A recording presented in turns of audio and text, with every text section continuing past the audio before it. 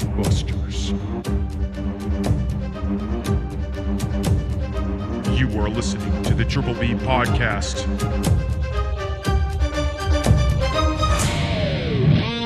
Let's fucking go. Welcome back to the Triple B Podcast, Bourbon Belts and Blockbusters. I'm Ryan. Timmer. We're back, another episode. We're rocking some bourbon that I'm excited to try because I don't know what it is yet. Talking wrestling, talking movies, shows, all fun things. Hell yeah. Welcome back. All right. It is my caching, and of course you could catch that on our socials, our TikTok, our Instagram, our stories, and whatnot. Please check it out. And our YouTube channel. So, the caching here is a red bottle, and it's called the Pendleton Straight Bourbon Aged 10 Years. Pendleton. Yeah. We haven't had Pendleton once on this show. No. That's kind of crazy. So, saw 10 year. I was like, all right, I'll give it a shot. I like the sound of it. Picked it up from the old Safeway, and it was on sale for $42.99. Ooh. Bourbon on a budget. Bourbon on a budget. We love that.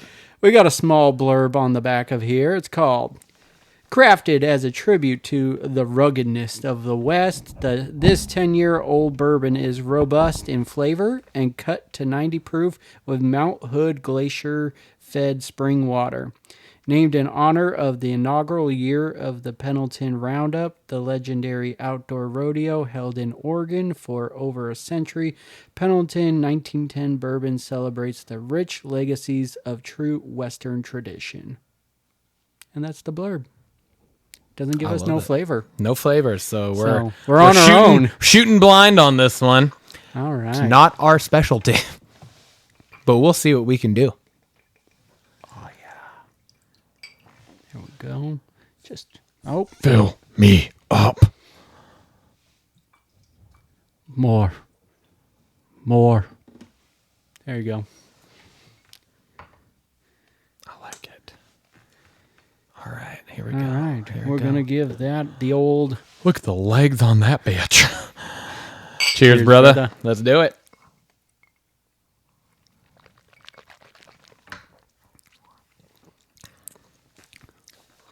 Dude. Fuck yeah, Pendleton. It just goes Let's down go. smooth. That was so smooth. That just... Oh my God. I've had some Hardly good, a burn. I've had some good Pendletons too. Pendleton Midnight was one of my favorite things for a while. Wow. That is good. Real good mouthfeel on her. Very Really? subtle. And but you can feel it just Really warming up the esophagus. Yeah, it's just real warm. I feel like I could do I could hit like a nice right after that. You know what I mean? It's so, that's good. All right, what do you rate it? Hercules. I'm going 9. I'm going to do a 9 on her. I'm going to do a 9.5. All right. It's really smooth. Really smooth. Good taste, good flavor profile. I don't know how to explain the flavor profile because we're not good at that. But but there's a good flavor to it, very right? On the tip of the tongue, it's bourbon. Yeah. And then as it goes over the tongue, it's bourbon. Down the throat, bourbon. I love it. Super good. 9.5. Yeah, 9.5. Let's go. It's gonna be a nice solid 9.25 average. Yeah. That's an average one. isn't that fun when it's only 2 of us. Yeah. Makes it easy. It does make that math really simple. That brings us to the socials. You can find us on Instagram, X, YouTube, TikTok. We are at Triple B Pod. You can find us on Spotify, Apple, and Amazon. We are the Triple B Podcast, Bourbon Belts and Blockbusters. Yeet. And you can shoot us an email at triplebpod619@gmail.com. Yeet. Love to get any feedback. Give us ideas of bourbons you would like us to try. Share our info with everyone. And yeah, let's get social. Let's get social. We're back. We got another edition of our weekly fact check from the previous episode. This week, it is my fact check, which is very fitting and very suiting since last week's episode was Timmy rocking it solo because I was on a little weekend getaway with the family. Short and sweet episode. It was like 38 minutes long. So as you can assume, you didn't fuck up very much. There was not there. I don't think. Let me re-look at my notes here. I don't think there's an actual single fact to check. All right, I like it. It was really just like there's only really one thing that I'm even really commenting on specifically from your like the actual episode itself. Okay. Like that was like an actual thing that you were talking about. The other two things were really just about the wellness journey. God damn. My brain stopped working there for a second. So the one and only actual thing was we were talking about Red Hood and Miss I almost said Miss Dagger, Miss Marvel, because I was thinking that Red Hood was in that because I was like, I feel like we've seen that character before, and you were like, you looked and you were like, the Red Hood wasn't in there, but there was a character named Red Dagger. That's who I was thinking of 100% because you had said you were like, so Ryan, when you get back, maybe let us know if that's what you were thinking. Yeah. That is who I was thinking was Red Dagger and not Red Hood. You can see how I could have gotten those so easily confused. So, but that was who I was thinking of 100%. And so, yeah, that was that one. The only other two things I really said on this was fuck yes to where you're at, dude, when it comes to the wellness, the wellness journey. 228, you broke that 230 barrier, and you were like 233 or 234 or something like that the time before that. So like 6 solid pounds. That's fucking awesome, dude. I'm so stoked for you. You're 18 pounds from, as of last week, 18 pounds from the target goal. We're fucking cruising, man. I had texted you that where I was like before I left on the trip, and you use your phone to record, so you didn't have that information at hand.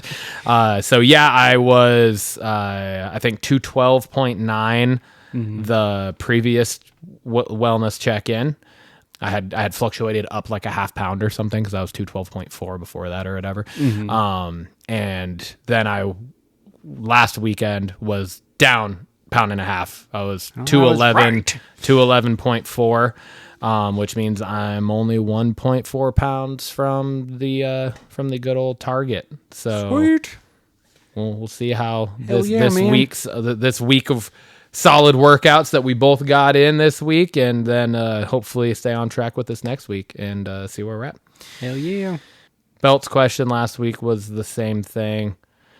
Oh, yeah. Blockbusters question, because you had just texted me and said, hey, because the fact check's going to be quick, maybe talk on that. Yeah, so the Belt's question was a match video that game. Had all the build-up. Oh, yeah, Belt's question, sorry. The match had all the build-up that but didn't live up to it. Didn't live up to it, and as soon as I read that on the agenda before you even filmed last week, the same match that you said, I feel like that's probably most real wrestling fans match for that answer, right? Like, that was probably like the biggest one because it's two, like you said, of the fucking just huge stars at that point. And it was just garbage, utter shit. And so like the only silver lining in that was the fact that Stone Cold was the referee and hit them both with stunners and everything, and pretty much gave them like a fuck you swift kick in the ass on their way out of the company, right? So that was easily the number one match in my mind for that question as well. So and then the Blockbusters question was what video game would you like to see done into a movie? Yeah, and what's funny is one that I would have had you asked this 8 months ago, it would have been the biggest video game movie that's out currently, and that is Minecraft. Yeah. And so like that was the first thing that I was like, oh fuck, that's right. There's a Minecraft movie out right now, and it's like fucking hitting, like it's like breaking records. Yeah. Right. And that was one that you hadn't mentioned on the show either, in like saying the ones that are out. You saw like Super Mario Bros, Sonic, and Mortal Kombat. And there's Minecraft, which is huge, and I haven't seen it yet. I really want to. But yeah, because I love that game. Another one that I think would be really fucking cool would be Ark. Oh, Ark Survival Evolved, or now Ark Survival Ascended. It's just a really cool concept of a game because you for like when you make your character and then you like load into the game, you just like essentially wash up on the shore of this island and you're in a loincloth. You have nothing else. And it's literally just a full blown, like you're just hunting and you're scavenging for materials. You're like breaking down, you're like getting some stuff to make like a fucking wood and stone pickaxe, axe, like all these things, and then you're like getting supplies and materials, and you're taming animals, and it's dinosaurs, and there's all sorts of other animals and stuff too. But then it eventually like works up to the point where you're in like a fucking Iron Man tech suit with all this tech stuff. But it's just a cool concept of a game, and it's a super fun game. Where me and my brothers and our buddies, we have spent probably fucking hundreds of hours at this point playing this game since COVID, and it's super fun. And I know that there's like a cartoon show or maybe movie or something that they put out, but I want like live action. I think there's a lot of cool concepts that you could do with this, because there's also a ton of different maps that they've put out for the game too. So there's a lot of different options of things that you could have for it. So nice. I think that was like outside of Minecraft, that was like the first one that came to my mind. So nice. I would go with that. But yeah, that's it. That's all for the fact check and kind of me catching back up off the questions from last week. Perfect. Moving into belts. It just has a better ring with two voices. Us. Yeah, it's a little harmony. Yeah. It's harmony. We got like boys to men. Yeah. Right. Men to boys. And sometimes it's just we're just boys be boys. Boys be boys. Boys be boys. Sometimes the men's never happens. We're children at heart. Always and forever. Speaking of which, Timmy, what do you want to talk about? Well, I'm going to talk about Raw this week. And first of all, just a quick blurb. This isn't a talking point, but your boys, Two Bears, One Cave, right? That's the show. They were on Monday Night Raw. Tom Segura, Bert Kreischer. Yes, they were. I also ended up read with his shirt off. Always. That's how he does. I also read some stuff that there were a lot of wrestlers and staff members that were just not too happy with the fact that they were there. Oh, really? Tom Segura has on his multiple different podcast shows over the years has talked a lot of shit about wrestling, professional wrestling, and Bert Kreischer was on Raw like 2 months ago or something like that. Yeah, it was recently. Yeah, not too long ago. And then like shortly after they did that, they were back together on their show, because they both have they're both crazy busy. So when one's gone, they have a different person on with them. And they were talking about Bert being there, and then he like talked Tom into being like, "Hey, dude, you should like next time they're near us, we should go. You should bring your boys. Like they would have a blast, and like you would have fun." And they had Cody on their podcast like before that, even before Bert was even. Yeah, I remember you talking originally. About that. I think like some things had changed for Tom, but like perspective wise, and was like he's gone from, "Oh, that shit's fucking stupid," and I'm pretty sure he's called it gay, and like just all sorts of stuff, because it's really no holds barred with them. They're stand-up comedians. Yeah. To being like, "Oh, like I think he actually does kind of like have respect for what they do," just understanding that like these guys, they're actors. Yeah. Like legitimately, they're stuntmen, essentially. They're stuntmen and women. Like that's pretty much what they do. They're actors that put their body through all this shit. Nobody's actually fighting there. It's not real. We all know that. Yeah. And you know what I mean? And so I think he kind of was able to shift mindset, but I guess there were still a lot of people that were just like rubbed the wrong way. Yeah. And thinking like also that like the only reason why they're there getting that spotlight on the show is because they're both in really tight with Netflix. Yeah. And so there's a lot of stuff, but anyways, I thought it was cool because I really like both of them. I love their show and all their stand up and movies and stuff that they have. Yeah. Getting ready to watch Bad Thoughts, Tom Segura's Netflix that's series. Right. But yeah. Nice. Anyways. Okay. On to my real talking points. Yes. I just thought I'd shout that out for you. I have a qualm. I'm going to start it off with a qualm. Uh-oh. How does Liv get to come back lose a match to Kairi Sane, and get put into a qualifier match next week. I'm not saying that Kairi Sane should be put in that match because she already lost the week before, but she goes away for a few weeks to go film her movie and then gets put into a qualifier after losing a match. That rubs me the wrong way. Yeah. And she should really be defending the tag titles because those haven't been defended in over a month and not since the night after WrestleMania when they won them back. So it's just like, breathe, Tim. the tag titles are just... I know you're angry. You have to breathe. They're non-existent, really. Like, why have them anymore? It's stupid. Seriously, it really is. The women's tag titles are... They're the worst title. They are. They're legitimately the worst title. Followed by the Raw tag titles. Now, currently. Yeah, literally 2 of the 3 tag titles are pretty much useless. Yeah. So I just... They're pointless. It rubbed me the wrong way. Yeah, I agree. Granted, it's great to have Liv back. Absolutely. I'm excited for her back. She does bring... I'm not going to be upset when I see the match next week, but it's just, why does she get to be in that qualifier after losing? Just make it make sense storyline-wise to me. That's all. Yeah. No, I mean, I agree, but it's also like, I feel like I do kind of see the other side of it of just like, Liv is, arguably the biggest female performer in wrestling right now. Give or take a couple people, but like she's right there at the top, you know. And so like I get that she's been away, she comes back, put her in the qualifier.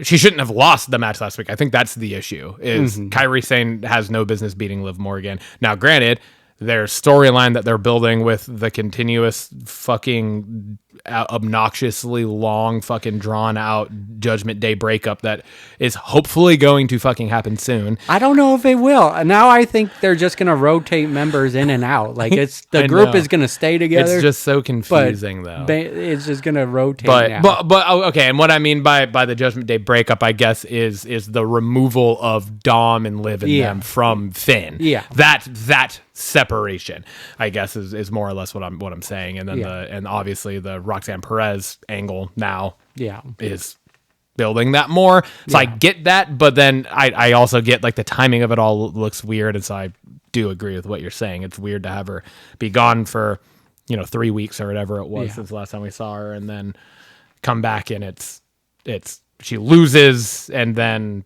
gets rewarded. Yeah, gets rewarded. Yeah. So Jey Uso. Fantastic promo. Absolutely fantastic. It was a good back and forth between Gunther and Jey this time, but I just love when Jey Uso gets serious, and it was just he took Gunther's verbal beating. You're not a great champion. You're just basically a transitional champion is what he was saying, and then Jey says, "You done?" Because I'm done with everyone. Like I loved it. I'm gonna be the champion, and I love that. I love make that your ass tap. I know. I was just gonna say I love that he doubled down on that and not just beat you. He's going to tap to submit Gunther again. Yeah, which is like that's even more personal. You know what I mean? Because like I feel like just in general, a submission is more personal than just a 1, 2, 3. Yeah, right. Like there's more to that. Yeah. And I totally agree. And I think like when Jey gets serious and his ability and the fans' reaction now is great because he'll say something and they'll yeet and he literally goes, like this. And like the fan base knows, okay, we're done. Because nobody yeeted again after that. Yeah. And he's done that a couple times over the last few weeks where he'll be like trying to be serious and he now has that control and that hold over them. Which is super impressive. Yeah. You know what I mean? And it's the respect, I think. It's the respect from the fan base to Jey Uso. So anyone still on about, he's a garbage champ, he shouldn't be there, you're fucking wrong. Yeah. He is proving you wrong every fucking day that he's carrying this belt around. I mean, the crowd loves him. Absolutely. I think I do think that match with Seth really helped like 100%. Catapult him because he's just been flying high since. Just had a rocket to it since, but just gonna make you tap. Mr. Usi's back. Hell yeah. All right, I can't stop talking about them Lyra and Becky. I know. I was waiting for it. I know. I cannot stop talking about it. There was two things about this one. When Lyra first came out and was like, she's begging for a title shot. Like, I was ready for new contenders. But she was the one that attacked Becky the previous week. So True. She wasn't really done. Yeah. But then when she switched it into like, you made this personal, took jabs at each other's significant other, it really just got cooking again. And then Becky comes out and is just like, I'm making you relevant, making that title relevant. And she's not wrong. Like 100%. 100%. It literally, Lyra would not be in the spot she's in right now if it was not for Becky Lynch turning on her the night after WrestleMania. Exactly. But I love that the announcers are feeding into it, because that match at Backlash was a banger. It was toasted. It was, and now they're saying it again. This could steal the show. Which they deserve it. And that's we were saying. I think I am the one that said that specifically on the pre-show to Backlash. Yeah, was saying that like I think it could potentially steal the show. Mm-hmm. And while we were watching it, it was like it's fucking up there, but it was stacked against a pretty hefty card. Yes, this could legitimately steal the show at Backlash or at fucking Money in the Bank now. Yeah, like it could legitimately steal the show because the card's good. Mm-hmm. But it's not the Backlash card. No. It's two Money in the Bank matches, which are always going to be fucking, spotlights. You kind of separate that. Exactly. And you know what to expect in that now. Like, there's always going to be something where we're like, holy fucking shit, that was creative. They did something cool. But it's also at the same time, like, how many more things can you truly do that's mind blowing? Yeah. You know what I mean? And then we have the tag match. Between Jay and Cody and Cena Logan, and what else has been? I'm trying to think. What else has even been? I think that's it's four matches so far. I can't. That's the only things actually. Can't think of anything else yet. But yeah, so I mean, there's that, right? So it's are none of the women's world titles being defended at? No. Crazy. Io's not defending, and Tiffy's not. Yeah, she doesn't got a contender. That's kind of wild. So none of the world titles are being defended at. Okay, because the WWE and the World Heavyweight are in the tag match together. Yeah, so. And World Heavyweight's about to get defended on the Monday after. Yeah. So interesting. Okay. Yeah. So four solidified matches, and I'm assuming we'll get one more. I would assume too, but I'm thinking. I mean, right now it's looking to me like that women's IC match could steal. That might be the most anticipated one. Yeah, I don't know. So it is for me. The only thing I didn't like I don't like the stipulation. Like Becky loses, she doesn't challenge for the title as long as Lyra has it, and then if Becky wins, Lyra has to raise the hand.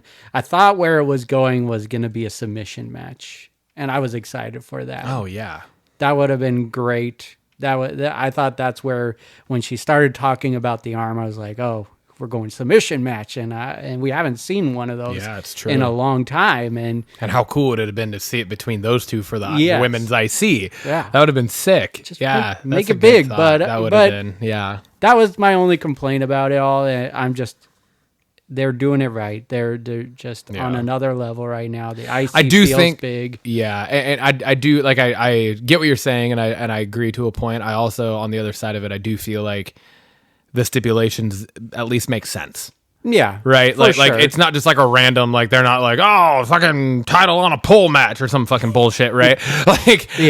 It does make sense with the stipulation, right? Because for Becky, it's the respect thing. Mm-hmm. So when I beat you, you're gonna raise my hand, and you're gonna give me my due respect, right? And then for Lyra, it's you're Becky Hogan, you're coming back, you're trying to squash talent, you're here just to get a leg up on everybody and get the title. So if I beat you, you can't come for this again while I have it. So like it does make sense. Yeah, but for sure does. Would is there other options that could have made this even better? Yes. Yeah. But I do at least it makes sense. Yeah. For the storyline and the build up to it. 100%. Yeah.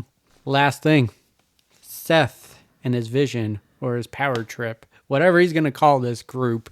They opened up the show. Paul Heyman basically reintroduces this group, which I like because it feels solidified now. I mean, maybe another person joins, but this feels like a solidified core group. And so Paul Heyman going, reintroducing Breaker, saying he's going to main event Mania after Mania. He's comes from a bloodline of badasses, was just really cool. And then what I really liked was just him talking about Bronson Reed and making it make sense why Seth and him would be teaming up, because there's a violent history between them. And it makes perfect sense the way he sold it. Absolutely loved it. It was great because I had the same thoughts where I was like, well, this is kind of, I like it, but it's also kind of like, what the fuck? Because it was out of left field. Bronson Reed coming out because out at Saturday Night's Main Event. Yeah. It was like, what the fuck? This is, and it was one of those where I was like, oh, he's just going to clean house. Yeah. But and then Braun Breaker's like up at him, and then Seth just hugs him, and I was like, what the fuck? What is going on right now? So then for that, it was perfect. Paul Heyman's fucking perfect. He's amazing. There's nothing he's that a salesman. There's nothing that dude does that's wrong. Exactly. I think he might understand the world of wrestling better than any living individual person. Oh, I 100% agree with that. Honestly, it's fucking crazy, man. Yeah. He has a hand in I would be willing to bet every single one of the biggest stars right now. He has a hand in their character work. Yeah. You know what I mean? Yeah. So that is just fucking, he was amazing. Yeah. So he goes on to just say, there's only been one man to take Seth Rollins out long term, and that was Bronson Reed. So just really like that. Yeah. And then Seth gets on the mic and he plays puppeteer like none. He is so good on that mic, and he gets them singing his song, he gets them booing, and then gets them cheering for him again. Like, it's just, he has a way to toy with the crowd. It's so true. I was lost in his promo. It was so good. And then you fast forward to the main event of the show. Seth Rollins wins after a lot of shenanigans going on in the ring. I was actually surprised by. I did not. If I would have picked anyone to not win that match, it would have been Seth. I didn't think so either. Like 100%, I would have been like, there's no shot that Punk's letting that happen. They did a great job making me feel like Sammy was going to win. I know. Same. I thought Finn was going to win, and just because of everything going on. That was my initial, I was like, that, like, they're going to put Finn in the Money in the Bank, and I kind of like that. For the total side note, little tangent here, I'll keep it short and sweet. What if Finn would have won that match, wins the Money in the Bank, and cashes in on Dom? For the IC. That was where my mind went originally. I was like, fuck, this could be kind of cool, because we've never seen a Money in the Bank cash in on a lesser title. We did. The NXT, right? There was it Austin Theory didn't do it for a world heavyweight title. He did it for the US. I think it was for the US or IC. It was a lesser title. Oh, okay. Well, because he kept on going after Roman. And that might have been in the time frame where I wasn't really paying attention to wrestling that much. That was right before the good stuff happening. It was before we started the podcast, which is really what got me fully back into watching wrestling. So to my knowledge, it hadn't happened. But if it did, whatever. But still, like, that would have been bigger than that. Yeah. Right? So it still would have been like it would have been cool. And so that's where I was like, oh, fuck, they're going to have Finn win this. I kind of like that. And it makes sense with Sammy and Seth and that whole feud. And, but yeah, so for Seth to win this, I was like, oh, shit. And as soon as Dom slid the fucking chair in, which I like now, too, because that's just going to cause more friction between him and Finn, which is perfect. So, like, my angle of that still kind of is set up in a way. Yeah. But as soon as he slid the chair in, I was like, every time Dom gets involved, it backfires. So this isn't going to happen. And then he crawled over and I was like, oh, he's getting curb stomped onto the fucking chair. And that's going to be it. It was a vicious one, too. It was. He ate that. It was, fuck, man. But, I mean, Seth winning, it feels right. I mean, he's going to dangle all the strings that he can to make sure he gets that world heavyweight title. And so I like how much story is it was similar to the Royal Rumble, where there's just a lot of brood story going on between some of the competitors. And if CM Punk makes it into it this Monday. Yeah. Could believe there's going to be some brutal beatdowns going on there. Yeah. So I like that part of it. So Yeah. And I know we were talking before the show started and whatnot that I was saying, like, CM Punk's got to win that match, right? And you were like, I don't know if Seth's group's going to let that happen, but Sammy could very well come out to help Punk make that match. Now, That's true. you know what I mean? Because Yeah. they came out and essentially cost Sammy the opportunity. Yeah. So they come out to try to cost Punk. Now they're going to have Sammy come out. yeah. You know what I mean? Like there's that option. So there's so many things. My big hope for Possibilities. this is that they don't regurgitate the whole Drew Punk storyline of last year, where like if Seth wins it, CM Punk is just costing him the title. Like that's what happened with Punk and Drew last year. We don't need to see it again. Yeah. I hope see they what you're saying. rehash it differently. Yeah, I agree. I totally agree with that. Moving over to SmackDown, I put down qualm. You got a not- qualm. I got a qualm. I guess this isn't really a qualm because it's a little bit of this. It's a little bit of this. Okay. Okay. I wrote the opening segment / match was Yeah. Said, but at least for everything that we have said when it comes specifically to those three individuals, at least that qualifying match, they were all in together. Yeah. Right? They didn't separate those three into three different qualifying matches. Agreed. Yeah. You know what I mean? Like that's where I was like, I can take this. If I got to live through all of this, have it be all at once. I'm good with that. Here's the up part. Because that's my qualm. Okay. Right? Was The up was at least where the beginning of the upward trajectory was at least we're getting it all at once. The climax of this talking point is, I don't know when the music change happened. This is how much I don't pay attention to Naomi. But this is the first time I've paid attention to her entrance music. Her entrance music's fucking sick. Yeah, I like her it. new music is fucking dope. Yeah. Like, it's one of the best new music that we've had recently. Mm-hmm. Next to maybe Braun Breaker's new music. I like Fraxium's new song. Fraxium's is good. They're too. pretty That's good. true. That's true. So But Fraxium's is probably the best newest one. But there's Because there's literally, it was last week. Yeah. Right. But I'm assuming Naomi's music has been this for a little while, but I literally I've contemplated, putting my head through my own wall usually when she comes out. So there's that. But I was like, actually heard it this time, and I was like, fuck, this music's dope. That was Naomi. I was like, what the fuck? I was like, wow, I haven't heard this, so I'm sure it's been a while, but that's how much I don't pay attention to it.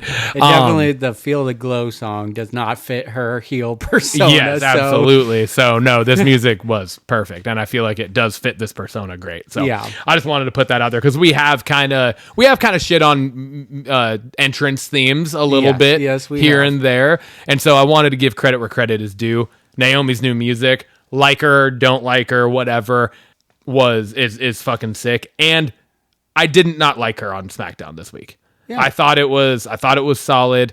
I think at first the whole like crying stuff originally I was just like annoyed by, but it's feeding into this like unhinged character, right? Because she went from like sobbing to talking shit and like laughing maniacally, and so it's almost like this person, it's like a fucking Batman villain escaped from Arkham. Oh yeah, right? Or like Harry Potter from fucking Azkaban type of person is just like into this unhinged fucking character. So I do feel like it might be growing on me a little bit. Good. We'll see. Her in-ring work, not necessarily always, but this match wasn't awful. Yeah. That had its moments, but it also had its moments. But all around, I thought it was actually like it was solid. They did good for it being the three botch queens in the company in one match together. It was relatively botch free. Yeah, I think the beginning of the match started off a little rough. But it cleaned up and they picked it up and there were definitely some. There was a moment in this match, Tim, where the crowd was chanting, "This is awesome." Yeah. I wouldn't go that far. However, don't think that's ever really been chanted for any of these three. Yeah. So like the fact that was a thing it was like, all right, you got to give again credit where credit is due. Right? Naya's been taking big risks, like Naya? second row. Yeah, Naya. Yeah, like dude. Well, I mean, and just it's looking like her and good. like how many times has Tiffany Stratton turned like flipped over the fucking Yeah. body slam or whatever off the thing and turned it into a flipping thing? Yeah, she or did like a super Samoan drop, the yeah, leg that, drop. yeah. I think that should be a finisher. Not the Annihilator does look devastating, Yeah. but it looks almost too devastating. I know. Sometimes. It's or like it can look really bad, dangerous. too. Yeah. Like the one she did to Jade was brutal last night. Yeah, when Naomi got out of the Yeah, I was way, like, but then it was immediately followed up by a fucking awful know. pin attempt. I know. I don't think it's necessarily anyone's like skill wise fault. It's just the fact that that Naya's so fucking big. Yeah. Right, so that it's hard for someone to do a like what do you call like a crucifix Yeah, the roll up or crucifix whatever, roll up.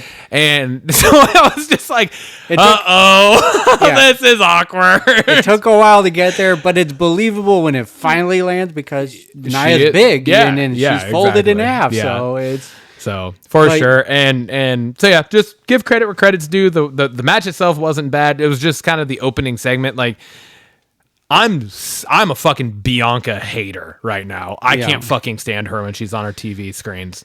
I want her to There's be nothing good about her right now. It's all just the only reason she was even out there was to help set up Naomi, Nia, and Jade all being out there for that match, and because they were in Tennessee and she's from Tennessee. Yeah. Like, fucking Christ, dude. I want her to go heel. I want to get away from, just like we got away from Glow. I want to get away from this fucking dancing hair extension. Yeah.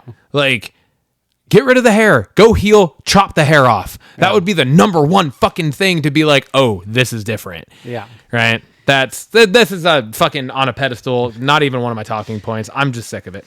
I think they should bring back like it was like GTV or something back then where it was just like backstage cam and show that Bianca was actually part of the whole Naomi and Jade thing and There that's was a where- part of me where I thought we were gonna get I that. thought so too, When but- because like Jade and Bianca fucking stared each other down. Yeah. Where's the like what's the bad blood between them? Because we haven't seen anything. Exactly. So what was that even about? Yeah. I don't get it. I don't get it. Yeah, there's Sorry. yeah. Taking you No, away. I fucking started that. It was still about the opening segment and stuff, so it was still all that one talking point. Yeah. Next talking point.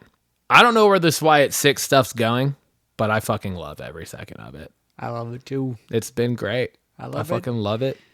And like that's including that kind of random cryptic video message thing again, because there wasn't really anything said.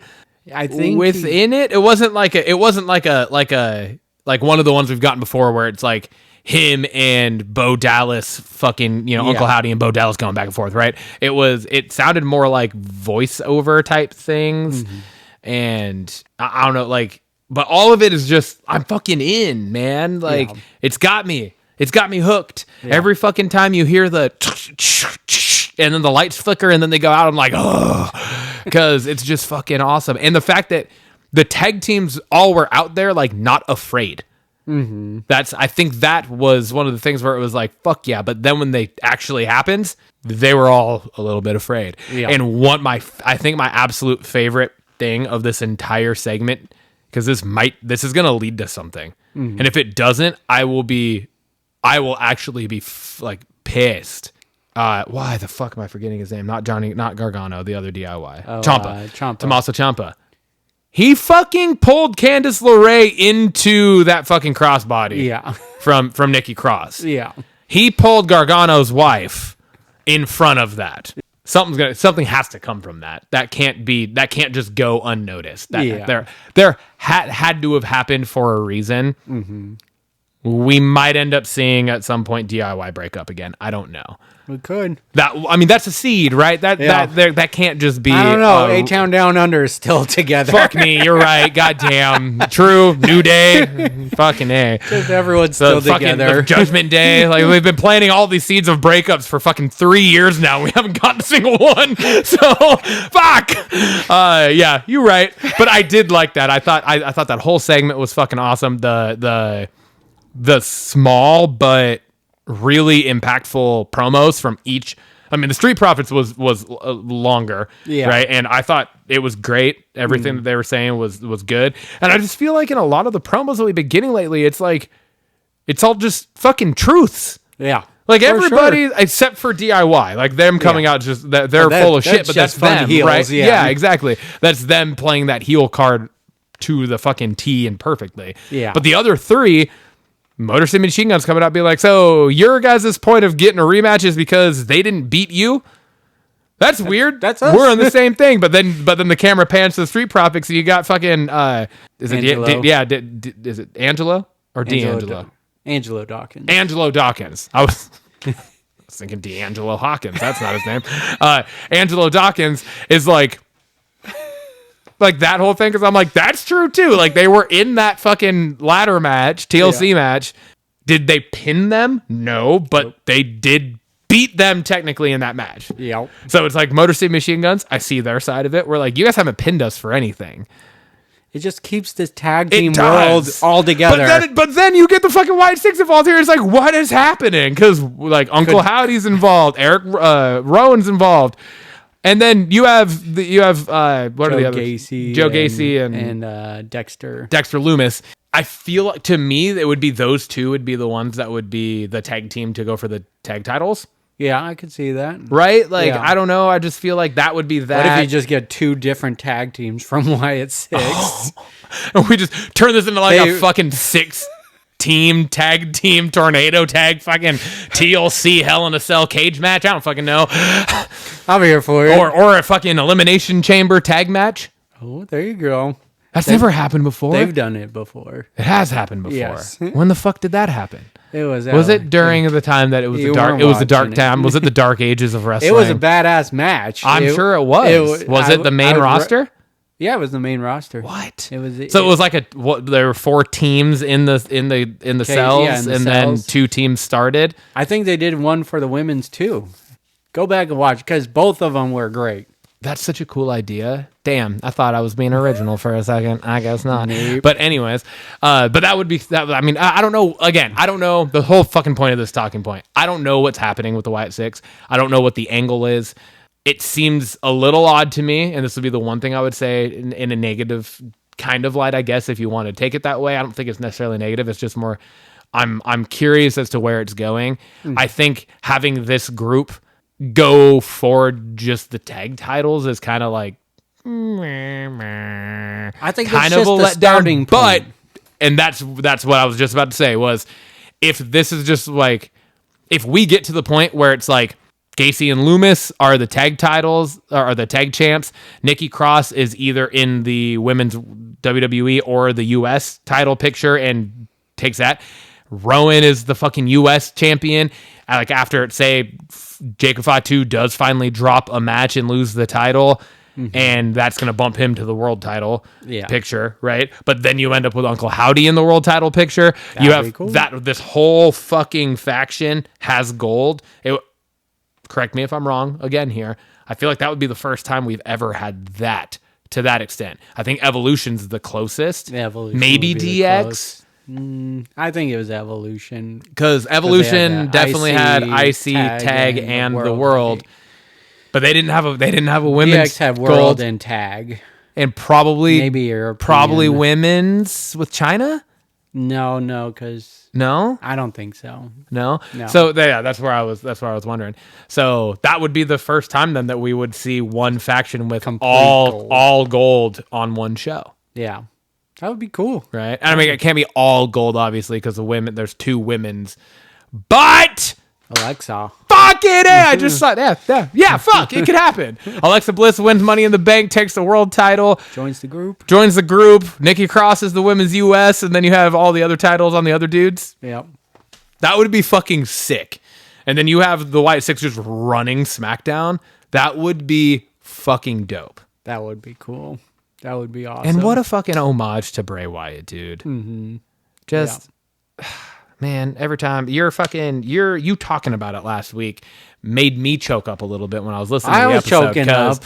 It was, dude. It was so emotional. And I had to go back and rewatch it because I'm not as involved with all of it as you are. I didn't know it was Bray's birthday. I didn't. So I was curious. I was like, what was that? Because it's usually a lantern, right? That they like, and he blows it out. I was like, what the fuck is that? Because I didn't know, so it didn't connect with me originally. Like, oh, that's a fucking birthday cake. Yeah. So then when I heard you, and I was like, what? I went back and watched it. I was like, fuck.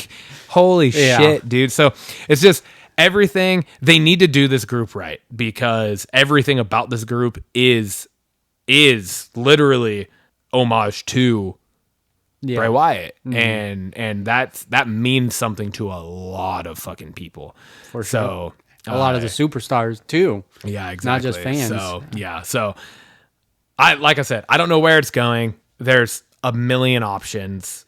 As long as they give them direction. That's what I want. Yeah, give them direction. They didn't have direction before. Yeah. After a hot intro to us. Yeah. After they ended with American Made. Yeah.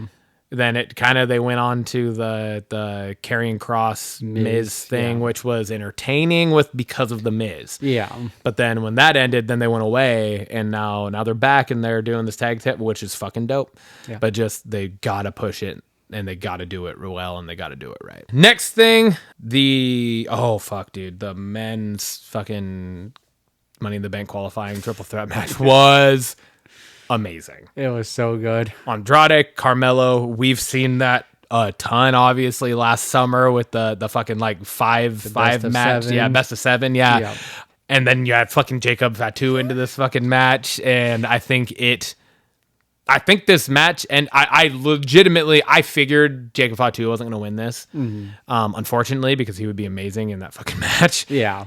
But so would the other two. And so I was like, I legit don't know who's going to win between Carmelo and Andrade. Yeah. And I really thought it was going to be Carmelo because of the Miz and all the buildup that they've been doing with this. So now I'm like, where the fuck is this going?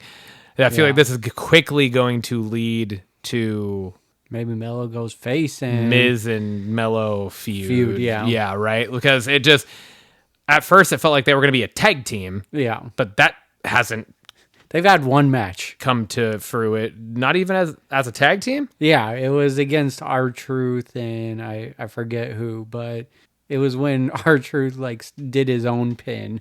That's right. Yeah. And he tried to tag in Miz. Yeah. But... It's just, I don't know. We don't need to get into that. The match was it was awesome. It was really good. It was a really good match. And just those three fucking working together, the chemistry in that ring was amazing. It was so good. Jacob, we've said it over. Jacob he's top 3 stars right now. It's not very often. And this is just, again, my not so great wrestling memory, right? And we've talked about that. You will be able to do that. You'll be able to probably immediately counter this. But for me, in my mind, there's not many times I've seen people just blatant go for a moonsault and somebody moves out of the way and they just fucking eat it straight to the fucking canvas. The most common in my memory is Kurt Angle. Because that would happen multiple times. He'd fucking do that shit off a cage, and just fucking eat the mat. Yeah, and that was what that was what popped in my memory. That jogged my memory of that because Jacob fucking went for that, and I was like, oh, he fucking went. He fucking hit. Big tree fall. I feel like most of the time when people move out of the way of moonsaults, they land on their feet. Yeah. More often than not, at least in the most recent years. I'm sure there's other moments and there's Chad other things. Gable's Chad's probably done it, but still, you know what I'm saying? Like Kurt Angle Jr. Yeah, right. And again, you don't need to go fucking fact check and go look up. Oh, this happened. A timeline of when they've done Ryan, it. You're wrong. Because I know I am. I know it's happened, but I'm just saying. Just to put it into perspective, it doesn't happen that often. And for a dude Jacob Fatu's size to just fucking eat a fucking moonsault straight to the fucking, oh my god, I feel like it just adds to the idea that he fucking hits that so well. He does. He just so well, because he hit not on a person, just the fucking ring. He hit that beautifully. And I don't know, it's just everything about them in this fucking match is great. I thought the the ending of the match was I thought it was really well done with like him hitting the moonsault and then Solo getting up and being like, do the moonsault, and he's like, the fuck are you talking about? I just did it. That type of thing. And then it all just led to the breakdown of the match and then ultimately Andrade coming out on top. It was cool and Andrade in this match I love because like now they're pushing Andrade at least in this big moment match. Yeah. Right. Whether he's going to win it or not, who knows? Like I feel like the men's might be the most up in the air. Honestly. But I mean, the women's is fucking up in the air too. Like my gut says one of the newbies, but then Alexa Bliss is really who I want to win. Same. And that's exactly what I was just about to say is my gut says, I guess it's kind of the opposite because my gut is like Alexa Bliss because that's who I want to win. I think that's who should win, but they have both Roxanne Perez and Julia in this match. And it's like, fuck, are they Stephanie Vacure? Potentially, yeah. She's in the women's qualifier. Oh, she is in the women's qualifier? Okay. I didn't even see who's in that match. I missed that. I didn't catch the third person, but it's it. Liv, Stephanie, and someone else. Yeah. So, anyways, yeah, I was just like, okay. Yeah. It's I don't know. That whole match was great. Andrade winning, I love it. I would have loved it if it was Carmelo. I would have loved it if it was Jacob Fatu. Yeah, you know. So like they were doing good things there. Yeah. And finally, just the whole kind of ending to the show was the final talking point. I wrote specifically code, huh? Polishing the Peacemaker? No, I was laughing so fucking hard. What, are you going to go polish his Peacemaker? And then they both just, fuck this. And they start rolling. Dropped the mic. It was fucking great. I originally, all I wrote was Cody's promo, though. Yeah. Because I did that before he brought Jay out. Because I was like, oh, he's bringing Jay out. Cool. And I was like, Cody's promo is fucking fire. Mm-hmm. But then the whole rest of the segment happened. And I was like, this entire fucking exit was great. Yeah. Everything was great. All four of them on the mic. Fantastic. Logan shined in this. He really did. And it's funny because literally yesterday I just read an article saying how I forget who it was, like who it was by, but saying how like this specific pundit or whoever it is doesn't think that this WWE superstar's mic skills match his in-ring abilities. And they were talking about Logan. Mm-hmm. They're saying that his mic skills are like far below what it is in the ring. And to a point, I agree, right? Because I do think he has, like, there's moments where he's been pretty good on the mic. I don't think he's ever been really good on the mic. Yeah. Like, I don't think there's a single time where you would, like, necessarily point out where it's like, oh, no, he's fucking cooked super. Like, he was amazing on the mic here. It's always been like, yeah, that was solid, or that didn't land very well. Yeah. And I think last night was the first step in the right direction. I still don't think I would put him like, you know, because it was once. Yeah. Where that was the best we've ever seen him on the microphone, in my opinion. Yeah. And to do it in the ring with specifically Cody and Cena, because Jay is getting better and better and better and better and better, but he has still obviously not been like, he's not the top-notch guy on the mic either. But he is improving and improving and improving. So to be in the mic or in the ring with those three and be able to hold your own on the mic, I was like, fuck yeah, it was awesome. Yeah. And then the fucking quip from Cody there, and then just the way it all ends, and then to see Cody and Jay both standing in the ring holding the titles was super cool. It really was. Also, what do you think the chances are that we see Cody turn on Jay and hit Jay with the Crossroads? I don't know if it happens now, but I could see it, and it was just weird that Cody brought up Rock and he's still offering to sell his soul. And I thought that part was a little like that out of left field. Then so did I. Yeah. Because I was like, that's weird that he's the one that literally brought up that it's still on the table. Yeah. So there's that. And then this was something that could very easily been just like brushed over as just like, look at this guy, he's awesome. Mm-hmm. But when Jay went back for the second round of his theme song and got up on the rope again, Cody's leaning on the ropes and he's just kind of smiling and he's just kind of nodding his head side to side. I was like, is he jealous? Ooh, maybe. You know what I mean? And how many fucking times, like the entirety of the Damian Priest Drew McIntyre feud, like the build up to that, nobody saw coming. Yeah. And then they went back through and rehashed everything. And we were like, they've been planting seeds for this for fucking 7 months. Yeah. You know what I mean? And like none of us saw that coming. Like none of us expected that. True. It was totally out of left field to us. And then they read it and we're like, no, it's been right in front of our faces this entire time. I'm like, now I feel like I'm like fucking detective. Like every episode I'm like, what am I missing?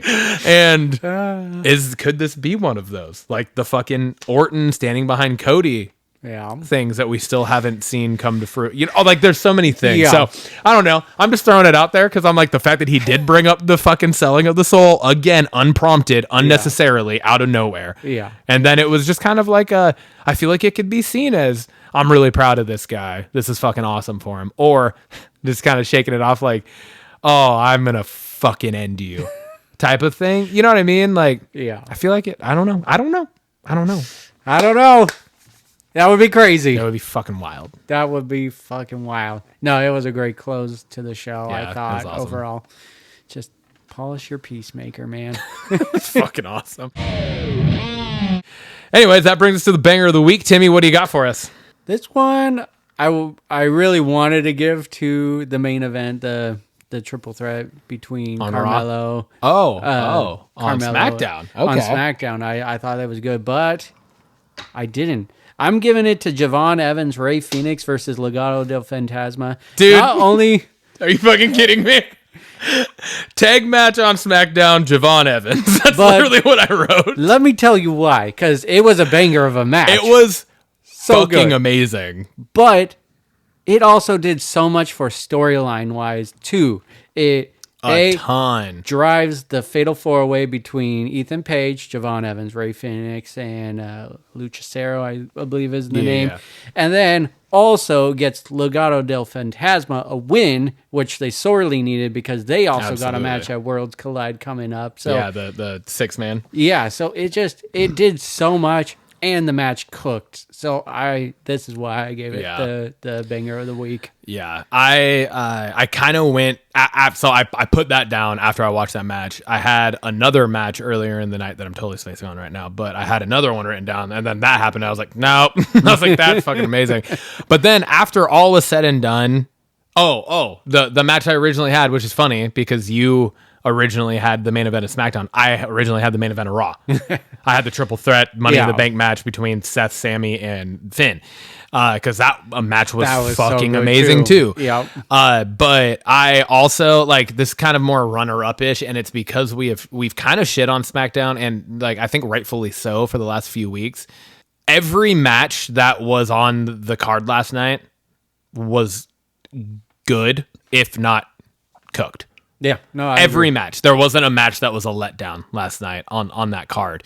And that's the first time in a while that we've had a SmackDown, like since a couple weeks, 2 weeks, I think, before Mania.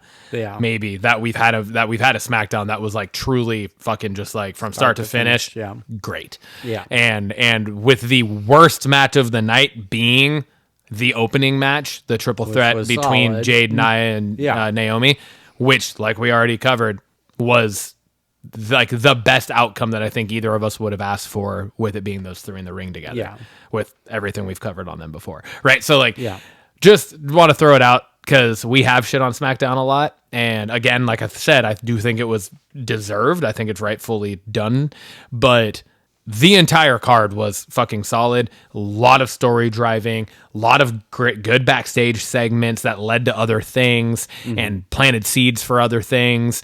And all of the matches, the actual in-ring work and the actual like physical match themselves were all fucking, like I said, good to all the way up to fucking top notch. So it was a great show from start to finish. First time we've seen one of the 3-hour SmackDowns where we've been able to see that. So for sure. Moving on, we got the belts question of the week. It's a two-parter. I posed both of these. And the first one is, because we got Money in the Bank next week, I just wanted to say, like, what is your favorite Money in the Bank moment? Like, what is your favorite memory from a Money in the Bank match? obviously, like we've already alluded to the fact that like those matches are, kind of pinnacle matches. It was originally for the first few years, it was that there were matches done at WrestleMania. And then they got so big to the point where now it's its own PLE, which we'll get to here in a second as well. But just what's your favorite one? What is your favorite moment? Like, and by moment, I'm thinking more like spot. If that's how you took it. If that's not how you took it and you have something else, do whatever. But it's not, because I can't think of a specific spot. Like I was trying to think of it. There's just so many cool moments. But my favorite just overall is Mr. Kennedy winning the case and just his like shaking, screaming at WrestleMania 23. I was a big Mr. Kennedy fan from the beginning. And thought, because he was the third overall winner of the Money in the Bank, I was like, Edge took off with it. I forget who won it the second year. But regardless, it was big things, and Mr. Kennedy was really in the prime of a lot of good big storylines at that time. Yeah, dude. It didn't work out great for him, but that moment was etched in my mind. I was super excited for him to win it. Yeah, that would be mine. What about yours? I went with, and this is probably not going to be shocking to you, but it is also kind of interesting because I didn't realize it. But when we rewatched that TikTok that Nathan sent us of the where it's like the mugging and all that. Oh, yeah, it's like the 4 different people come out, they're doing the things. Yeah. The very last one is him doing Jeff, right? But the scene that it cut to in the thing was this. It was the moment that I was like, oh, what the fuck? And it's the Jeff Hardy leg drop onto Edge through the ladder. Oh yeah. Yeah, because it was one of those where it was like Jeff had he was in the ring on top of the tall fucking the 20-foot ladder or whatever it is, and he could have easily just kind of turned around and grabbed the briefcase. Yeah. But he said, nah, fuck it. I'm going to do me, what I usually do. And he hit the fucking leg drop down onto Edge, snapped the ladder in half. They both went through it. Like, I feel like that's, for like my memory, that's like the first time I remember seeing somebody go through a ladder. Yeah. Was that moment. Snapping in half. Yeah, snapping, like everything. Like that was the first time I remember seeing that. And so I just feel like it was such a big moment. And again, it's fucking Jeff. There's so many moments between the Hardys, C&E, the Dudleys that all just live rent free in my head constantly. Yeah. And that was one of them. And that's awesome. Yeah, that was the spot that I went with. Nice. Second part of this question, which is staying on theme with Money in the Bank, is, and I was just curious what your thoughts on it are do you wish Money in the Bank would move back to WrestleMania, or do you think it is best as its own PLE? I wouldn't like it moved to WrestleMania, but I do want it not as its own PLE. I would like it on SummerSlam, especially now that it's going to 2 nights, put one on each night of the show. And the reason why I don't like it as its own PLE is because I don't like the gimmick PLEs. I don't like Hell in the Cell PLE because not every match is Hell in the Cell. Not every match is Money in the Bank. Right? So I agree. Like Night of Champions works because you can defend every champion on the show. Yeah. Yep. That works for me. Exactly. Fatal 4-Way. King and Queen of the Ring. I'm happy that's not going, or as far as we know so far, it's not going to be its own PLE this year because, again, it's the same idea, and I 100% agree. It's not that it shouldn't be its own thing. It should be its own tournament. Yeah. Right? That spans the course of weeks like it does, but then it doesn't need to culminate at its own PLE. It could culminate at a PLE, but it doesn't need to be titled King and Queen of the Ring. Yeah. Right? And so I agree. But I do want it moved back to WrestleMania. Okay. And the reason being what that contract means. Mm-hmm. They have a year to cash in. Yeah. The calendar year for wrestling starts and ends with WrestleMania. Yeah.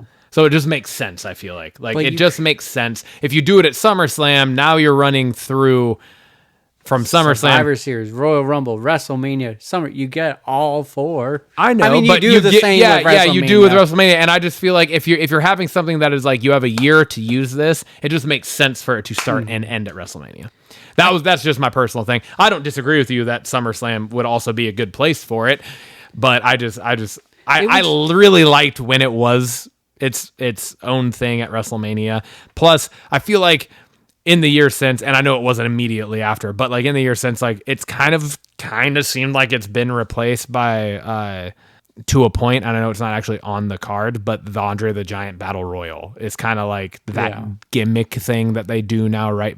Because that's not at WrestleMania. No, it's on SmackDown. Yeah, it's a now. SmackDown right before WrestleMania, right? So it's just, and that like we've already talked about that, we covered that, and I'm just like, but I don't know. I do wish that it wasn't its own PLE though. So we can at least agree on that it doesn't need to be its own PLE, because I agree that the gimmicky PLEs. I want to get back to the fucking dope No Mercy, Backlash, No Way Out, like Unforgiven, all these fucking badass names for fucking PLEs, and not have them be gimmick themed. Let the fucking Hell in a Cell match pop up when it needs to pop up based on storyline. Not, the Hell in a Cell PLE's coming up, so now we know this storyline's going to lead to one. Right? Like, let them happen organically. And, like, Drew McIntyre and Damian Priest, if that needed to be finished in a Hell in a Cell, it could have been instead of a steel cage. You know what I mean? Like, that type of thing. But it couldn't, because they're not going to run a Hell in a Cell match opposite of the Hell in a Cell PLE. Right? So I feel like it limits their ability to do certain matches. Agreed. When they have the gimmicky ones. So, agreed. Anyways. I think SummerSlam could just use the rub, though.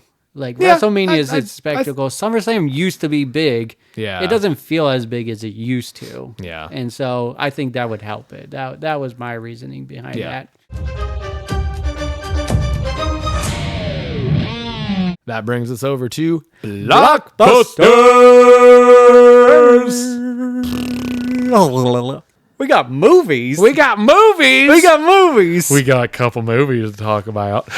First one we're starting up is the one I threw on here. It is called Good Fortune. The synopsis of this is: in good fortune, a well-meaning but rather inept angel named Gabriel needles in the lives of a struggling gig worker and a wealthy venture capitalist.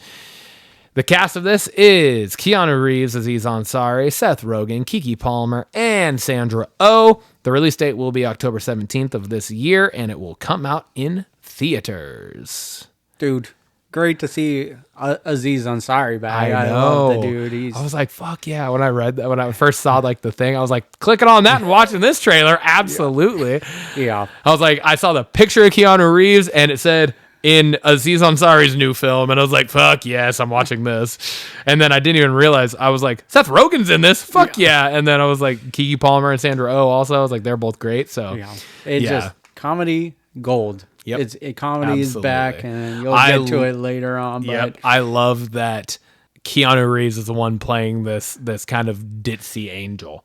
Budget guardian angel. Yeah, budget guardian angel, literally, like, right? And so I feel like it just fits, because you very easily could have flopped roles on this in multiple ways. Yeah. And you could have had Seth Rogen being the angel. Everyone would have been like, yeah, that makes sense. You could have had Aziz Ansari playing this angel. Would have made sense. Yeah.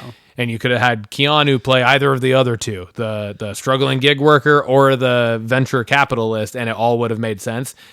Having Keanu Reeves be the one playing this angel, fucking great. It's perfect. I love it, and I feel like it's like a new kind of take on letting Keanu Reeves explore that Bill and Ted kind of angle of his abilities as an actor, right? So I'm excited for it a lot. You know it's going to be funny when it's like a 30-40 second teaser trailer and you're laughing throughout the whole thing. Yeah, exactly. It is so good. Yeah. So good. Yep. Looking forward to it.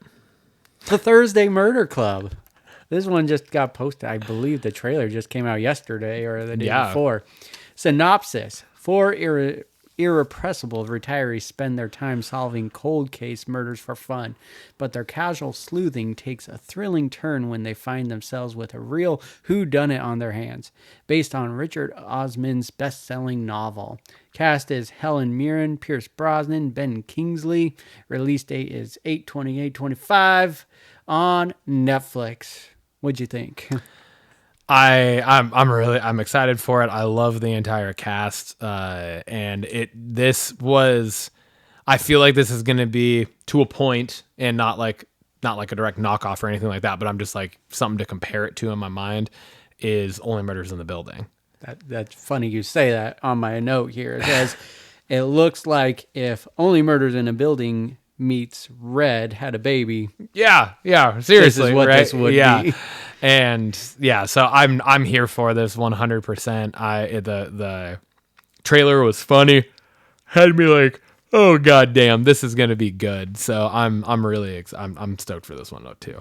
Yeah, I love a good murder whodunit.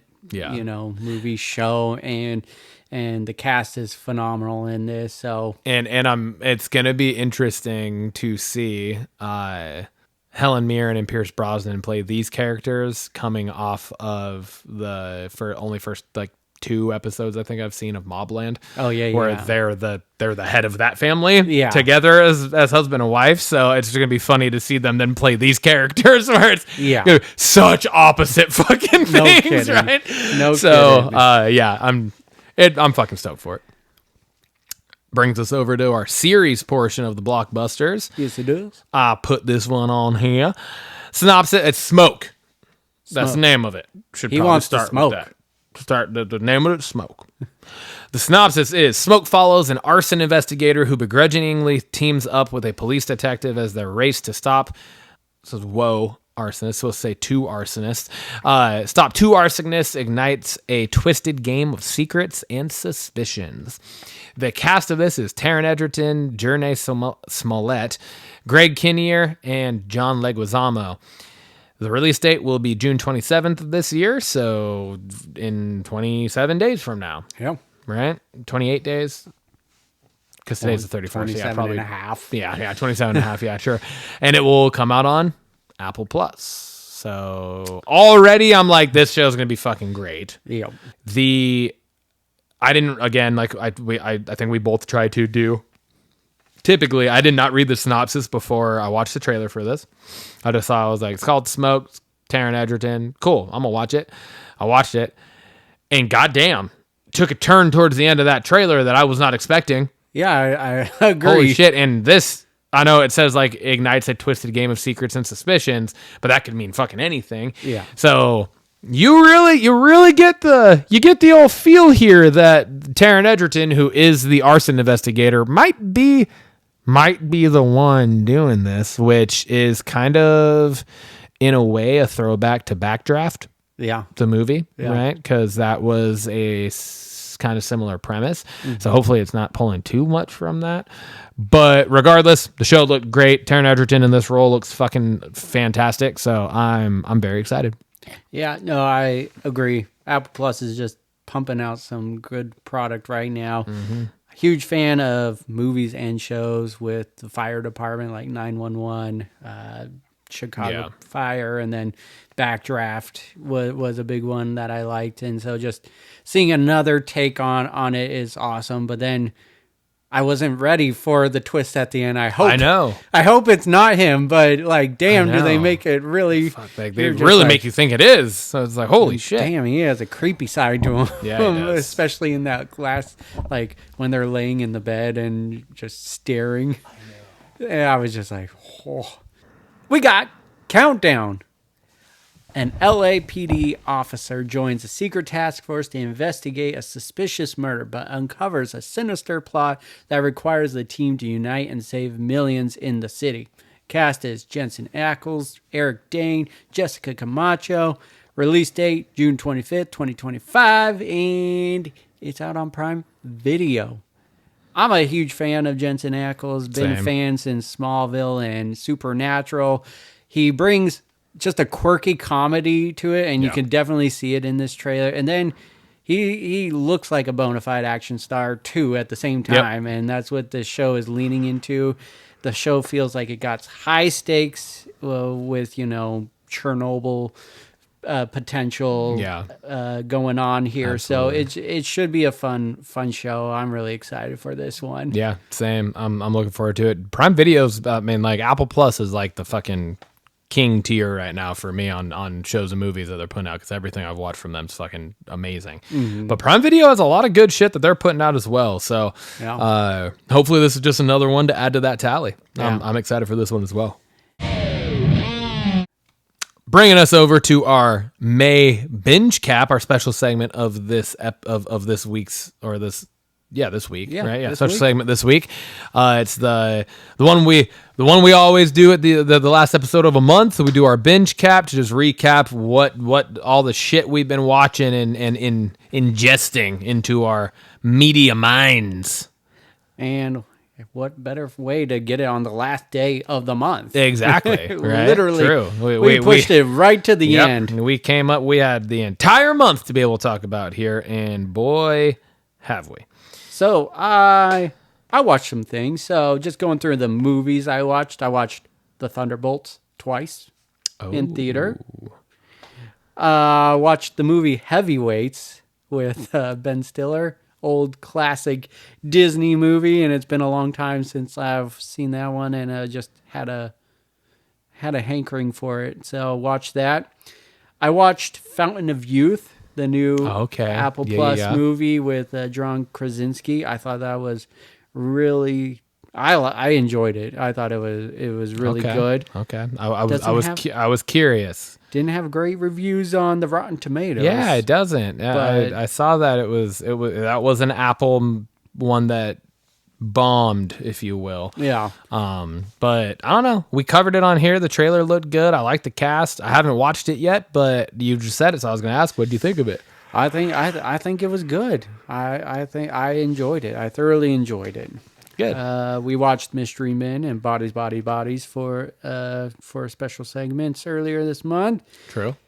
Going on to the shows, I completed You Season 5. Finished that season. It was so good. I don't know if you finished it, but holy hell, that was a ride. Finished 4 seasons. We did that on a special segment, but I did complete the show. Watched season 5 of Modern Family, season 8 of How I Met Your Mother, and I just got 1 episode left each of The Studio and Your Friends and Neighbors that I need to catch up on, and those seasons will be complete. So nice. That is my May binge cap. Hell yeah. What do you got? I'm gonna start it off with my movies as well. Me and Lindsay both watched together. We watched Nona's. Okay, the Vince Vaughn one. How was that? It was amazing. It was fantastic. It was good. A great movie. Like it is from start to finish.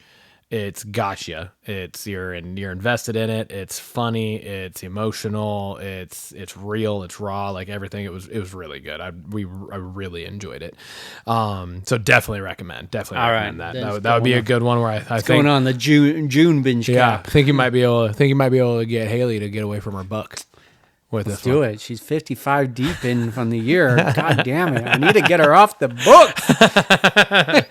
She's too damn smart for us stupid folk that don't read. God damn it! We need to bring her down a notch. She works and does school and reads 55 books. Damn it! What the fuck? Watch something. Dumb yourself down a little bit. All right. I too watched Thunderbolts. I only seen it once in theaters. It just happened to be together. I too watched Thunderbolts, or the New Avengers, if you will. Spoiler. I have also watched Shrek 1 and 2 with my daughter, along with, once again, Sing. Got that bitch just keep popping back up. It's gonna probably be on. It's gonna be on our binge cap every fucking month. And then I got quite a few when it comes to series. Finished Shifting Gears. Okay. finally. But finished that. I thought that I think the show's fucking great. I think it's awesome. So excited that it did get picked up for season 2. And I think it's already in production. So I'm excited about that. Also finished season 5. That was, like you said, it was a fucking roller coaster. Jesus fucking Christ. Holy hell. And I think I'm really good and content with how it ended.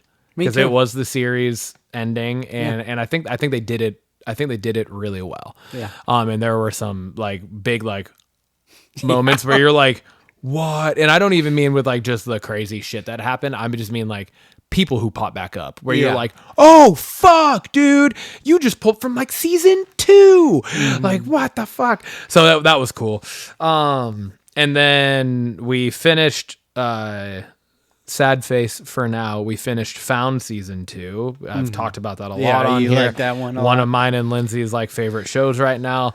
One of, unfortunately, the ones that NBC just canceled because of their fucking NBA package, which I think is absolutely fucking dog shit. But to make room for them to fucking show basketball games, they cut a bunch of fucking... It was like their number 1 fucking show. Mm-hmm. And they canceled it. It's fucking mind-blowing.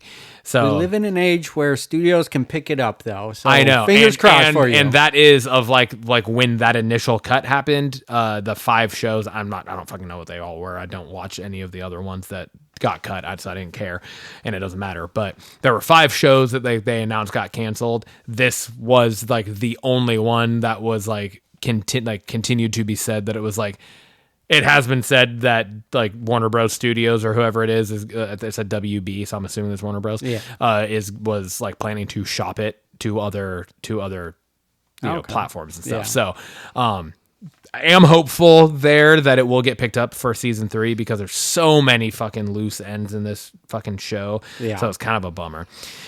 Started and finished the 4 seasons. Okay. Did you end up liking it? I really through? did. Yeah. I really did. I thought I liked it a lot. I thought the ending, I thought it set it up perfectly for a season 2.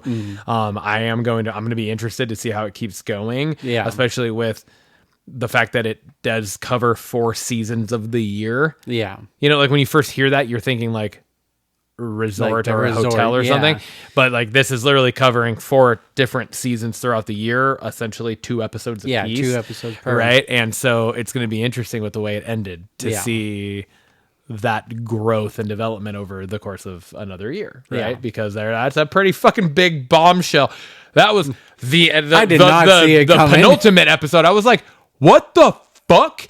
And then that at the end of that one, I was like, what the fuck? So yeah, I really liked it. I thought that the show was really good. I really enjoyed it, and I'm really excited for a second season to it. Hell yeah. I finished The Studio. Okay. Again, I've talked about it a lot, so I'm not going to go into detail. I fucking love this show. I think it's amazing. I think what it's doing is fucking awesome. And again, Apple Plus, fuck yeah. Pete Holmes stand-up on Netflix.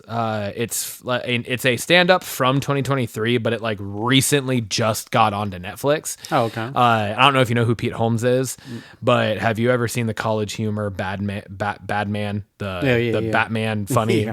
He's Batman. Oh, really? Yeah, and so you've probably seen him in stand-up.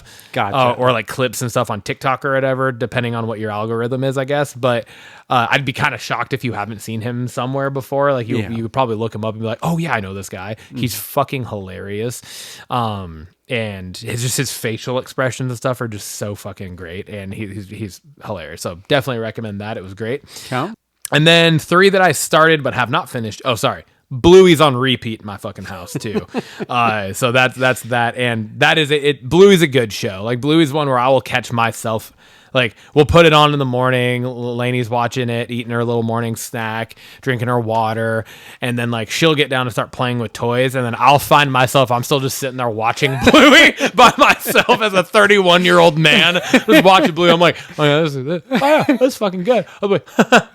I'm just like, Damn it. I'm not even fucking. She's not even paying attention anymore. I'm just fucking hooked on Bluey. So like, Bluey is actually a really good kids show. It's very like educational. It's really good. It's very well done. But anyways, 3 shows that I have started, have not finished yet. I started Your Friends and Neighbors. I think I'm halfway through the second episode. I like it so far. So I think it's great. Started Mobland again. I think I'm 2 episodes into that. Okay, and then I'm 2 episodes into, which is my favorite of those 3 so far, Paradise. Oh yeah, on Hulu. Yeah, I told you. That fucking show is good, dude. That was a recommendation from yes, my it coworker was. Brittany. I was like, Your Friends and Neighbors and Paradise were both recommendations from you for me. So I started both those, and I'm hooked on Paradise. It's hard for me. It's difficult for me to find time to watch things sometimes. So, but when I have, that's the one I have been going to. Mm-hmm. Outside of the other things that I finished this, because that's like I kind of do in that order where I'm like, I'm getting close. I got to finish things. So. Yeah, but yeah, that's my binge cap. Quite a bit on there for May. I think that might be my best month cap so far. I think so. That brings us over to our final talking point of the day. It is our Blockbusters question of the week. I also posed this question to you, and I think it's a good one.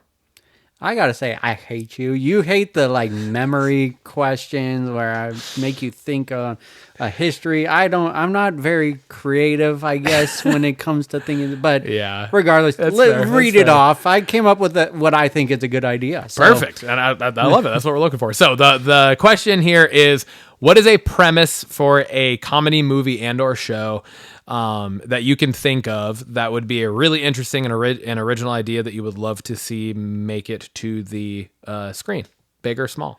I really like this idea. Oh, hold on. Can I? I forgot to preface this with what I wrote on the agenda, but I didn't put on here. Comedies are back. And I alluded to it earlier. Yes, I laid you up for this. That's why I know. That's why I was like, fuck, I missed that. I want to make sure because I don't know why I didn't copy that part of it onto here. But yeah, I just want like comedies are back. We have now covered multiple comedies that are going to be coming out into the movies. We've covered multiple comedy shows that are going to be coming out as well. So that's what kind of led me to this idea. So anyways, with that in mind, this is the question. What do you got? All right, I'm going to just kind of read through my synopsis, my pitch. Yep, love for it. this. I absolutely love it because I kind of have the same thing. All right, so this is a dark comedy. I love it already. The premise of this movie and or show, I think it would lean more into a show, is the growing through the years of what would become a notorious serial killer.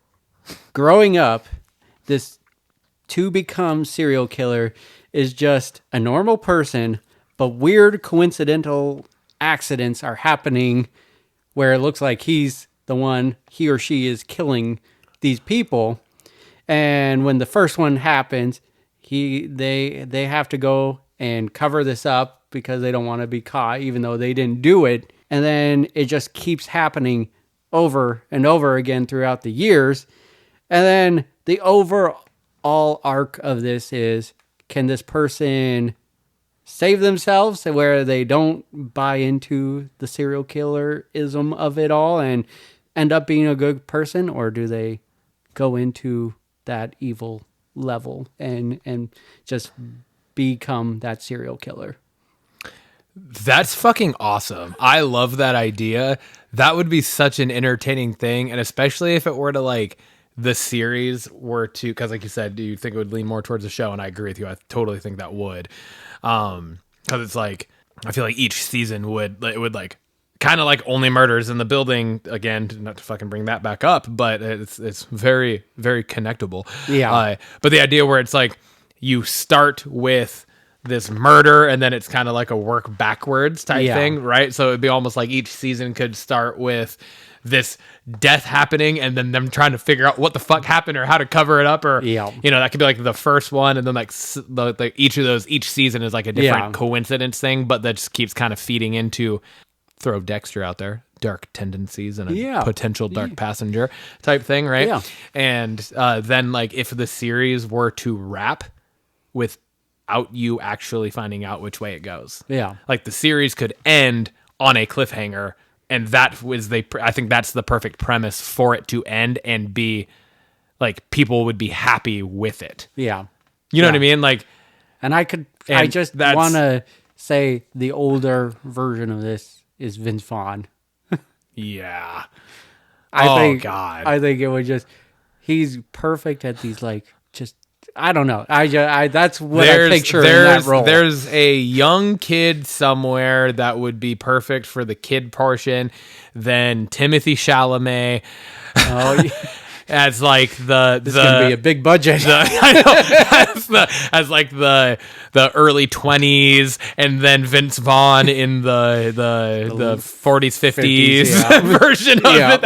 And that's the ending of it is Vince Vaughn, and you kind of end in like a scene where you just get this like different lighting on the face to where it's a smile, and like one portion of the face is like a normal smile and the other portion of the face is like a very sinister looking face, and that's how the series ends. Like the captain in How I Met Your Mother. Yeah, literally, right? Like that type of idea. Like, and that's how it ends, is you're just like, fuck, we don't know if we don't know if he's bad or good. We have no idea. Yeah. Oh, dude, that's fucking awesome. I thought it was a cool idea. Yeah, that's a really cool idea. I love it. You can't hate me. You just came up with a fucking great idea. I know it didn't, but I hate the idea of thinking of something like that for it. Mine is also a show. Okay. I said I want a mockumentary style show again. Okay. Because I know there's like the spin-off of The Office that's in the works called The Paper. Yeah, really excited for that. Which I know I'm really excited for it too, because they dropped the picture and Oscars in it, which is cool. So there is a connection. There is a thread there where it is in the same world, which is dope. But I think the last one before what The Paper would have been Modern Family. That's a mockumentary style. Or Parks and Rec was kind of mockumentary. But Modern Family was the last one to end. Okay, it's the most recent. Yeah. Right? Because Parks and Rec, I don't know if it started before Modern Family necessarally, but Modern Family ran for... I think Modern Family is the longest running mockumentary show. 12 seasons. Right. Yeah. So, think maybe more. Yeah. I mean, it ran for a long time, right? And so I think just in recent memory, Modern Family would have been that one, and I want to say it was like 2020, 2021 maybe was the final season. So I think a mockumentary show again would be cool, but now in a different light, right? Like we got The Family, right? We got Parks and Rec. Yeah, literally, we got the Parks and Rec department type show for it. We got The Office. We got now The Paper coming out. I feel like 2 of those 4 are things that were like The Office. It's a paper company. A lot of the premises around that are like trying to stay relevant as a paper company in today's world. Right? Yeah. The Paper, the whole premise of that show is literally it's a newspaper so it's like they're trying to stay afloat. They're trying to stay relevant, right? Because it's today's world, like, you know, who the fuck reads the newspaper anymore? Like everybody gets their news on their phone. You know what I mean? Like that type of idea. So I thought another one that could be, and it's funny because I actually just had kind of a little bit of a debate and argument, which I almost put as the question of the week for this, for you, just for us to talk about yesterday at work, and it irritated me. A couple of the guys said that movie theaters are dying. And I was like, no, they're not. No. And I was, and they essentially were like, in 15 to 20 years, movie theaters aren't going to exist. And I was like, no, that like you're fucking wrong, like just straight up. And I actually got fucking heated about it, because I was like, no, like that's kind of idiotic. Like to a point, like, are they as big as they once were? Of course not. No. Are they ever going to be as big as they were? No, of course not. But I think to a point, movie theaters are coming back. I think so. Yeah. And like a big portion of what led to them, the downfall of them, was COVID. First off, like, yes, they were going, like there were theaters closing down and stuff, but there are also at the point where theaters were at their height, there was an overabundance of fucking movie theaters. You know, like you would have a smaller city have fucking 5 or 6 fucking theaters, right? Like within just a few mile radius of each other. It's just like, well, you don't need that many. That obviously doesn't make sense. It's like some of that stuff has closed down. But I also feel like COVID led to like just financially and economically like closure of a lot of theaters. But I do feel like theaters are on the mend. Yeah. And movie studios are doing a really big fucking push for that. Yeah. Like the show, the studio has a lot of themes that lead to that. Yeah. Right? They lend towards the idea of like, we're trying to save the movie industry from streaming because there are a lot of people in the fucking in the business that in the film business that really do look at streaming as kind of evil, right? Because it's fucking up a lot of stuff. Yeah. And so there was that whole argument there, and so kind of funny that I put this down as my answer is I want a mockumentary style show about movie theaters. And so I want it to be like a struggling small town movie theater. They're constantly fighting. They're fighting off buyout proposals. They're fighting off zoning issues. They're fighting off new construction around them. They're fighting off bigger and newer theaters and the shenanigans behind the snack counter, right? Like there's a lot of levels and layers to what that could be. Yeah. And I think it could be fucking hilarious to see just like, we go to the theater and we go up to the counter and there's just this fucking, like this has happened to us, right? Where there's just this dude that's just like, yeah, what can I get you? And then you're like, yeah, can I just get like a bucket of popcorn and a water? And it's like, I'm grabbing my own water out of the case next to me. They just have to do the popcorn. And it takes like fucking 8 minutes for them to scoop popcorn. You want butter on that? No, thanks. I'm good. Just the popcorn. And then you're sitting there like, bro, I'm missing previews right now. Let's fucking go. You know what I mean? Like, just that in and of itself is a full episode. Yeah.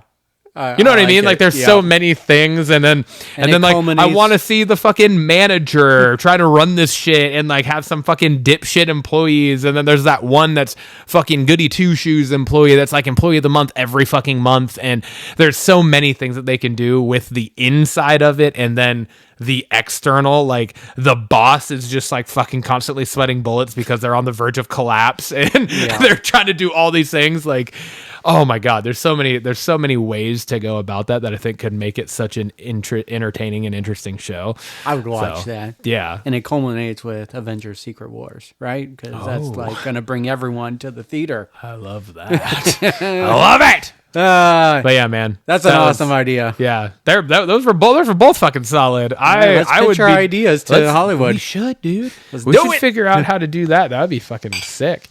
Cheers, brother. Man.